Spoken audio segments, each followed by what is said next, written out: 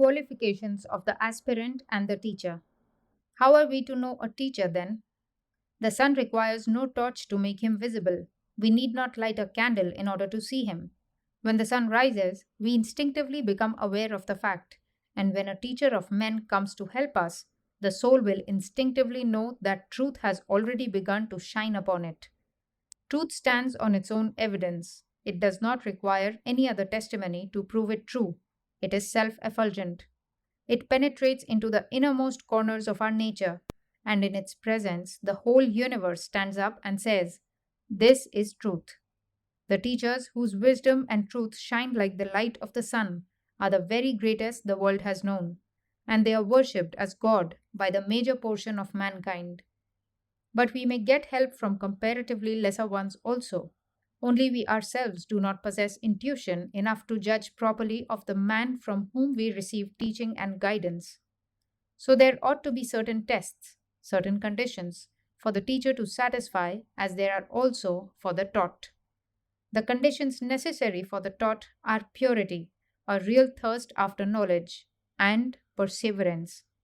No impure soul can be really religious.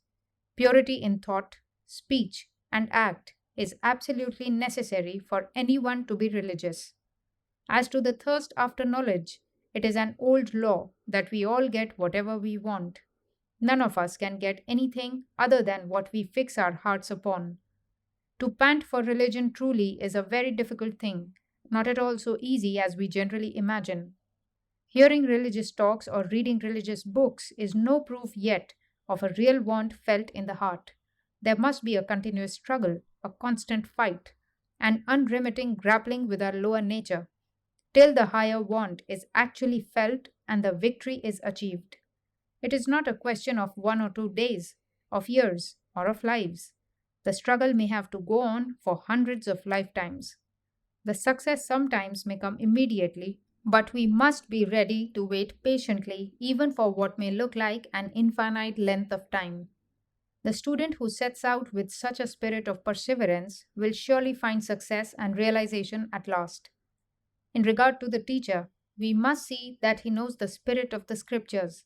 The whole world reads Bibles, Vedas, and Qurans, but they are all only words, syntax, etymology, and philology, the dry bones of religion. The teacher who deals too much in words and allows the mind to be carried away by the force of words loses the spirit. It is the knowledge of the spirit of the scriptures alone that constitutes the true religious teacher. The network of the words of the scriptures is like a huge forest in which the human mind often loses itself and finds no way out. Shabdajalam Maharanyam Chitta Brahmana Karanam. The network of words is a big forest. It is the cause of a curious wandering of the mind. The various methods of joining words, the various methods of speaking in beautiful language, the various methods of explaining the diction of the scriptures are only for the disputations and enjoyment of the learned. They do not conduce to the development of spiritual perception. Those who employ such methods to impart religion to others are only desirous to show off their learning, so that the world may praise them as great scholars. You will find that no one of the great teachers of the world ever went into these various explanations of the text. There is with them no attempt at text torturing, no eternal playing upon the meaning of words and their roots. Yet they nobly taught, while others who have nothing to teach have taken up a word sometimes and written a 3 volume book on its origin, on the man who used it first, and on what that man was accustomed to eat, and how long he slept, and so on. Bhagwan Ramakrishna used to tell a story of some men who went into a mango orchard and busied themselves in counting the leaves, the twigs, and the branches, examining their color, comparing their size, and noting down everything most carefully, and then got up a learned discussion on each of these topics, which were undoubtedly highly interesting to them. But one of them, more sensible than the others, did not care for all these things, and instead thereof began to eat the mango fruit. And was he not wise? So leave this counting of leaves and twigs and note taking to others. This kind of work has its proper place, but not here in the spiritual domain. You never see a strong spiritual man among these leaf counters. Religion, the highest aim, the highest glory of man, does not require so much labor. If you want to be a bhakta, it is not at all necessary for you to know whether Krishna was born in Mathura or in Vraja, what he was doing, or just the exact date on which he pronounced the teachings of the Gita. You only require to feel the craving for the beautiful lessons of duty and love in the Gita. All the other particulars about it and its author are for the enjoyment of the learned. Let them have what they desire. Say Shanti, Shanti to their learned controversies, and let us eat the mangoes. The second condition necessary in the teacher is sinlessness.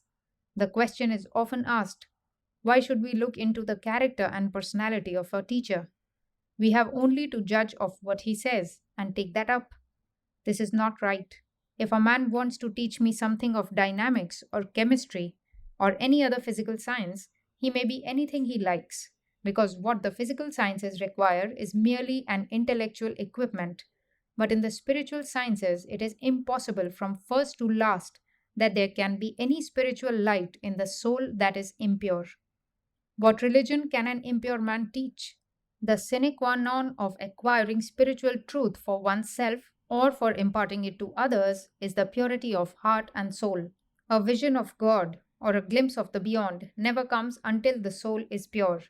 Hence, with the teacher of religion, we must see first what he is and then what he says. He must be perfectly pure, and then alone comes the value of his words, because he is only then the true transmitter. What can he transmit if he has not the spiritual power in himself? There must be the worthy vibration of spirituality in the mind of the teacher, so that it may be sympathetically conveyed to the mind of the taught.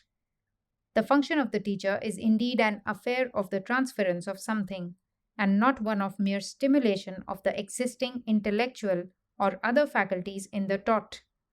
Something real and appreciable as an influence comes from the teacher and goes to the taught. Therefore, the teacher must be pure. The third condition is in regard to the motile. The teacher must not teach with any ulterior selfish motive for money, name, or fame.